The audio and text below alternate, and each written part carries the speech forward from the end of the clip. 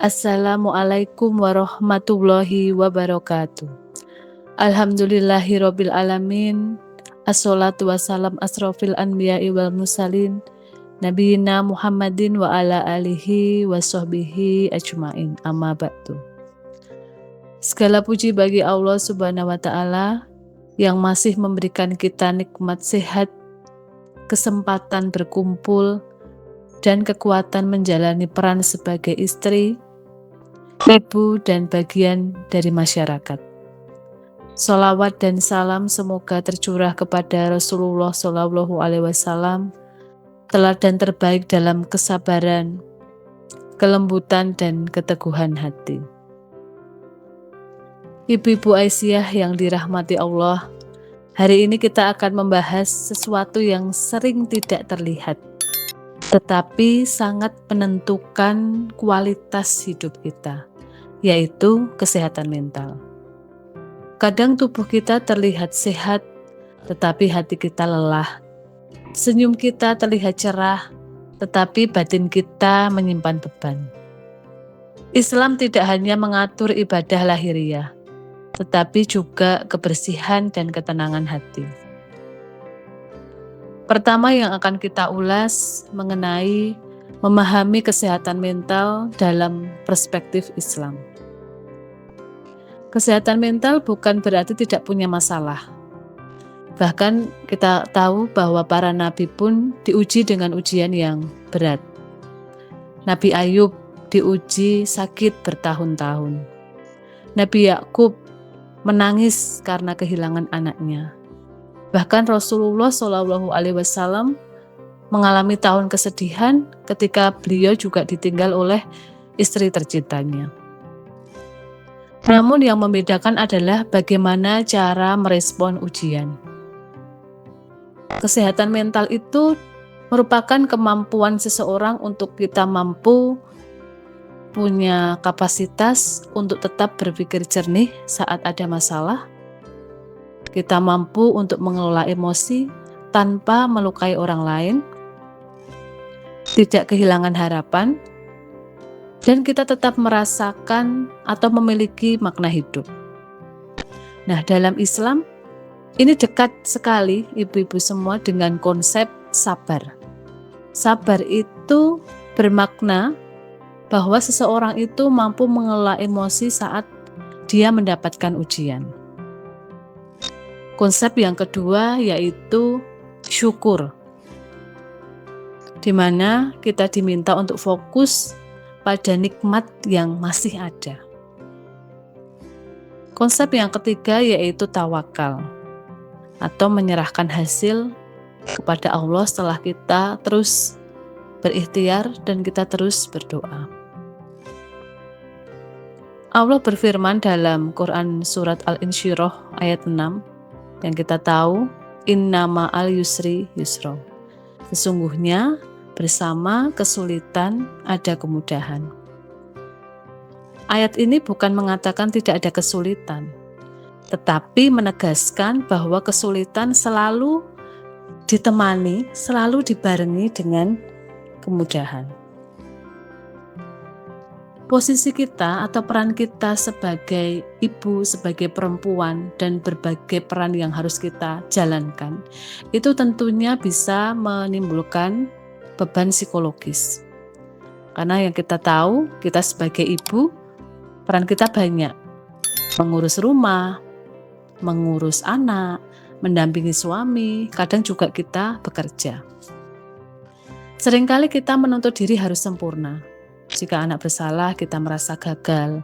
Jika rumah berantakan, kita merasa kurang baik. Jika lelah, kita merasa berdosa. Padahal, kelelahan emosional adalah hal yang manusiawi. Nah, apa saja ibu-ibu tanda-tanda kelelahan mental? Yang pertama, mungkin kita mudah tersinggung. Cepat menangis, merasa tidak dihargai, merasa sendirian, bahkan sulit menikmati ibadah. Ini bukan berarti iman yang lemah. Ini tanda bahwa jiwa kita butuh perhatian. Rasulullah Shallallahu Alaihi Wasallam pernah beristirahat. Bahkan beliau bercanda dengan keluarga. Artinya apa? Beliau juga menjaga keseimbangan kesehatan mental dan itu merupakan sunnah. Lalu bagaimana ibu-ibu supaya kita tetap bisa menghadapi berbagai hal dalam kehidupan kita? Apa saja strategi untuk menjaga kesehatan mental? Yang pertama, dan ini menjadi hal yang penting, yaitu menjaga koneksi spiritual, di mana kita membangun hubungan dengan Allah merupakan sumber kekuatan yang mendalam. Yang sering kita lakukan tentunya dengan sholat yang dilakukan dengan penuh kesadaran atau mindfulness, begitu ibu-ibu. Bukan sekedar menggugurkan kewajiban. Jadi kita sadari bahwa sholat yang tumaknina adalah kita menyadari kita sedang berkomunikasi, kita sedang membangun koneksi dengan Allah. Yang kedua, zikir sebagai terapi hati. Karena dengan berzikir kita juga akan menjadi jauh lebih tenang. Itu janji Allah. Curhat dengan Allah dalam doa. Doa itu bukan hanya permintaan, tetapi juga pelepasan beban. Nah, secara psikologis ibu-ibu, kita juga perlu melatih diri untuk mampu mengelola emosi dengan sadar. Hal praktis yang bisa kita lakukan, misalnya ketika kita marah, kita tarik nafas perlahan, kemudian kita diam sejenak. Jangan langsung responsif atau jangan langsung merespon sesuatu yang itu bisa menstimulasi rasa marah kita. Nah, dalam psikologi ini disebut dengan regulasi emosi. Dalam Islam ini disebut dengan menahan amarah. Rasulullah SAW bersabda dalam hadis riwayat Bukhari, orang kuat bukan yang menang dalam bergulat, tetapi yang mampu menahan marah. Selanjutnya, strategi yang bisa kita lakukan yaitu membangun dukungan sosial. Ini penting sekali ibu-ibu. Saling menyapa, saling mendengar, saling mendoakan, itu adalah terapi.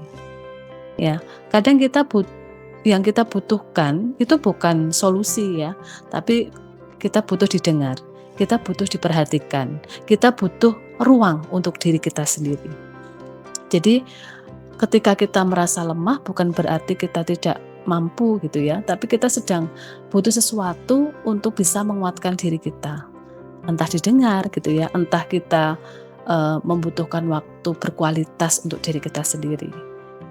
Nah, yang sering terjadi, kita memposisikan diri sebagai ibu, sebagai perempuan, kita harus selalu merasa kuat setiap waktu. Nah, selanjutnya ibu-ibu, tadi kita juga sudah bahas bahwa kita perlu untuk memberi ruang untuk diri kita sendiri. Kenapa? Karena itu hak kita untuk bahagia. Hal sederhana yang bisa kita lakukan, misalnya luangkan waktu 10 menit saja ibu untuk duduk tenang gitu ya. Dengan cara sederhana, misalnya kita bisa minum teh hangat tanpa gangguan anak-anak, misalnya membaca satu halaman Al-Quran, atau journaling ibu-ibu, menulis gitu ya, menulis jurnal syukur misalnya, apa yang sudah dilakukan hari ini, apa yang sudah disyukuri hari ini. Itu hal-hal sederhana yang sebenarnya bisa kita lakukan dan itu menjadi ruang kita untuk bisa bertumbuh dan terus merasa bahagia. Hal kecil ini apabila dilakukan secara konsisten akan menjaga kesehatan jiwa kita. Baiklah ibu-ibu yang dirahmati Allah, menjaga mental bukan tanda lemah, justru itu tanda kita bertanggung jawab terhadap amanah Allah. Rumah yang penuh ketenangan lahir dari ibu yang hatinya tenang. Anak-anak belajar dengan cara kita mengelola emosi. Suami merasakan energi dari kondisi jiwa kita. Mari ibu-ibu kita rawat hati kita sebagaimana kita merawat rumah kita. Semoga Allah memberikan kita hati yang lapang, jiwa yang sabar, pikiran yang jernih, dan keluarga yang sakinah. Terima kasih, semoga apa yang saya sampaikan bisa memberikan penguatan untuk kita semua dan bermanfaat untuk kita semua.